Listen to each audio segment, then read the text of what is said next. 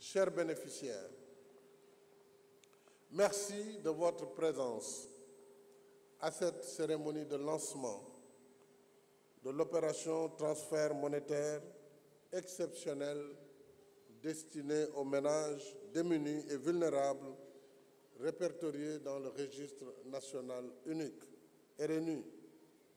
Ce registre national unique a été institué par décret 2021-1052 du 2 août 2021.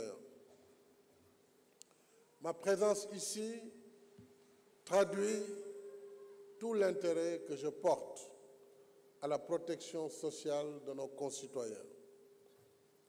La lutte contre la pauvreté et les inégalités sociales constitue une priorité de ma politique.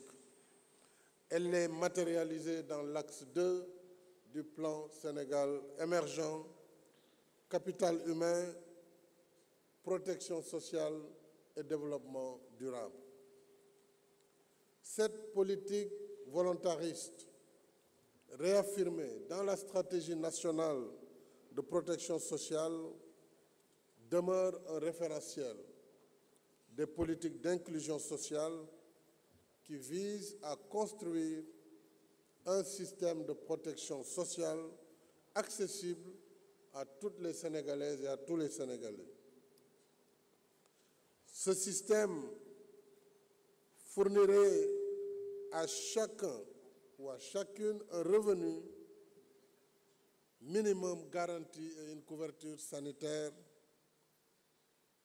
mais également un filet de sécurité globale assurant la résilience face aux chocs et risques sociaux pour tous ceux qui souffrent. Grâce aux efforts conjugués du gouvernement du Sénégal, des partenaires au développement et des populations elles-mêmes, le taux de pauvreté recule dans notre pays, tel que démontré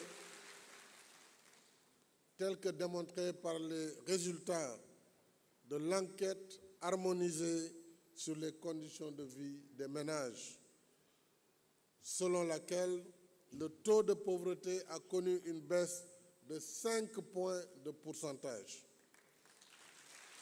5 points de pourcentage en attendant les résultats consolidants de la dernière enquête en cours qui seront disponibles en décembre 2022.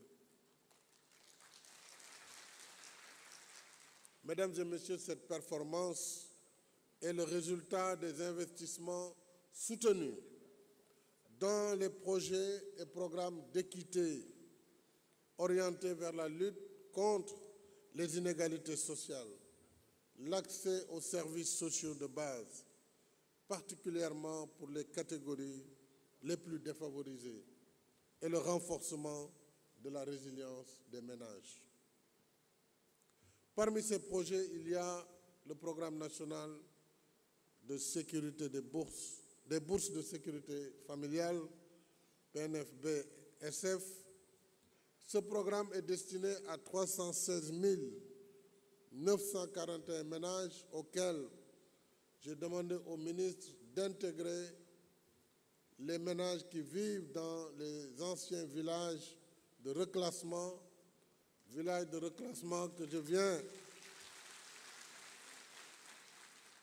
dont je viens d'enlever le statut pour en faire des villages tout simplement comme tous les autres villages du Sénégal.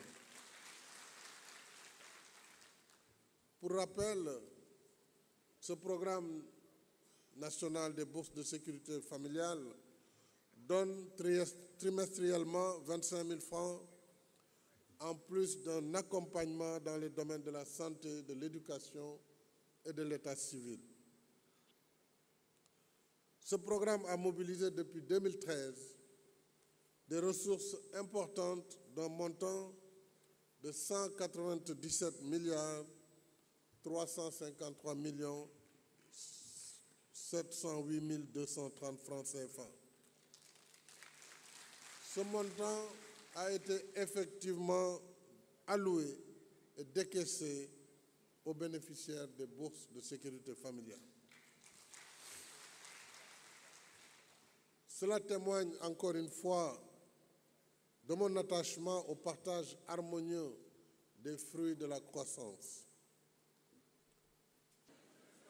Face au choc de la crise sanitaire liée à la pandémie Covid-19, qui a nécessité une prise en charge immédiate des besoins élémentaires de la population, j'ai mis en place, dès le début de la Covid, vous vous rappelez, le fonds Force Covid-19, qui a été doté de 1 000 milliards de francs CFA pour renforcer la résilience des ménages impactés. Et le volet aide alimentaire d'urgence avait permis de mobiliser 69 milliards de francs CFA pour l'achat de 146 000 tonnes de denrées alimentaires et de produits de première nécessité qui ont été distribués à 1 100 000 ménages vulnérables. Cette politique de protection sociale ne se limite pas seulement à la lutte contre l'extrême pauvreté et la vulnérabilité, mais cette politique intègre l'autonomisation des personnes. C'est pourquoi je salue notre invitée, Madame Diallo de Rufisque, qui a parlé au nom des personnes bénéficiaires.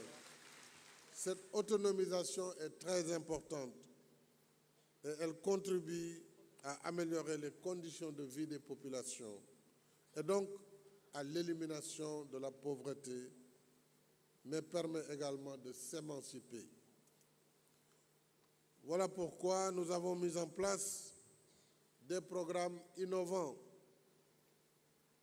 dont celui piloté par la Délégation générale à l'entrepreneuriat des femmes et des jeunes, la DER/FJ, qui a déjà financé 232 075 entrepreneurs pour un montant de plus de 80 milliards de francs CFA, en vue de renforcer leur insertion dans le tissu économique et permettre à beaucoup d'entre eux de retrouver pleinement leur dignité et contribuer ainsi au développement de leur pays. Les résultats encourageants obtenus ont convaincu le groupe de la Banque mondiale et les partenaires ici représentés pour accompagner ce programme à travers le projet d'appui aux filets sociaux mis en œuvre pour consolider le système de protection sociale et le développement des mécanismes de transfert monétaire et de soutien aux ménages pauvres et vulnérables. Ainsi, plus de 10 000 ménages inscrits au RNU ont pu bénéficier d'intrants agricoles pour un montant d'environ 2 milliards. En outre, dans le cadre de la promotion d'activités génératrices de revenus pour 45 000 ménages du Programme national de bourses de sécurité à travers le projet Yok Komkom, vous l'avez rappelé, chez le directeur des opérations. Ce programme Yok Komkom a mobilisé 7 milliards qui ont été donnés à ces personnes, à ces 45 000 ménages. Mais tous ces efforts considérables, certes, sont loin d'être suffisants pour faire face aux nombreux défis auxquels vient s'ajouter une double crise aux impacts énormes sur l'économie mondiale, particulièrement sur les économies vulnérables comme les nôtres. Alors que nous sommes encore sous la pression des effets sévères de la Covid, les conséquences de la guerre en Ukraine sont venues aggraver la situation de nos économies qui se trouvent dans une conjoncture défavorable. La flambée des prix, notamment des denrées de première nécessité, est déjà une réalité et les risques de pénurie sont très élevés. Cette flambée réduit considérablement le pouvoir d'achat des populations. C'est une grande préoccupation. Mais ma volonté de mettre en place un système de protection sociale viable pour les populations sénégalaises demeure inébranlable. Et pour stabiliser les prix et rendre accessibles les produits, l'État a engagé des ressources budgétaires internes exceptionnelles, 627 milliards pour cette année, pour soutenir le pouvoir d'achat des ménages par les subventions de l'énergie pour 350 milliards de francs CFA,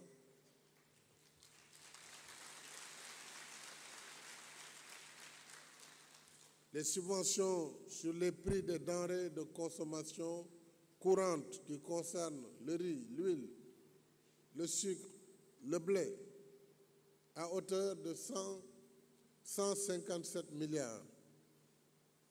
Et bien entendu des revalorisations salariales générales dans la fonction publique pour 120 milliards de francs CFA.